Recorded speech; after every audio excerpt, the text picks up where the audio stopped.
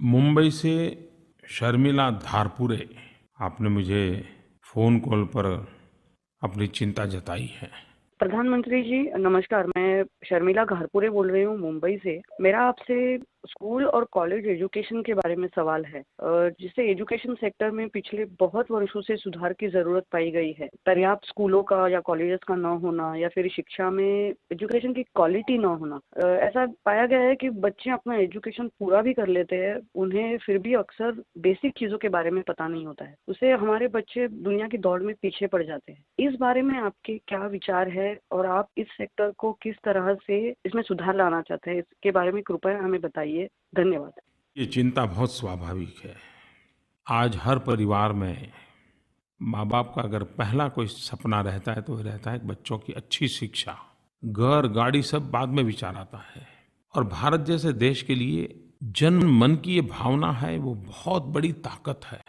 बच्चों को पढ़ाना और अच्छा पढ़ाना, अच्छी शिक्षा मिले उसकी चिंता होना, ये और अधिक बढ़ना चाहिए और अधिक जागरूकता आनी चाहिए। और मैं मानता हूँ जिस परिवारों में ये जागरूकता होती है उसका असर स्कूलों पर भी आता है, शिक्षकों पर भी आता है। और बच्चा भी जागरूक होता जाता है कि मैं स्कूल में इस काम के लिए जा रहा हूँ। और इसलिए मैं सभी अभिभावकों से, माँ बाप से सबसे पहले ये आग्रह करूँगा कि बच्चे के साथ स्कूल की हो रही गतिविधियों से विस्तार से समय दे करके बातें करें। और कुछ बात ध्यान में आए तो खुद स्कूल में जा करके शिक्षकों से बात करें। ये जो विजिलेंस है, ये भी हमारी शिक्षा व्यवस्था में कई बुराइयों को कम कर सकता है। और जन भागीदारी से तो ये होना ही होना है। हमारे देश में सभी सरकारों ने शिक्षा पर बल दिया है और हर कोई सरकार ने अपने अपने तरीके से प्रयास भी किया है। और ये भी सच्चाई है कि काफ़ी अरसे तक हम लोगों का ध्यान इसी बात पे रहा कि शिक्षा संस्थान खड़े हो, शिक्षा व्यवस्था का विस्तार हो, स्कूल बने, कॉलेजेस बने, टीचर्स की भर्ती हो, अधिकतम बच्चे स्कूल आएं। तो एक प्रकार से शिक्षा को चारों तरफ फैलाने का प्रयास ये प्राथमिकता रही और जरूरी भी था। लेकिन अब जितना महत्व विस्तार का है, उससे भी ज़्यादा महत्व हमारी शिक्षा में सुधार का है। विस्तार का एक बहुत बड़ा काम हम कर चुके हैं। अब हमें क्वालिटी एजुकेशन पर फोकस करना ही होगा। साक्षरता अभियान से अब अच्छी शिक्षा ये हमारी प्राथमिकता बनानी पड़ेगी।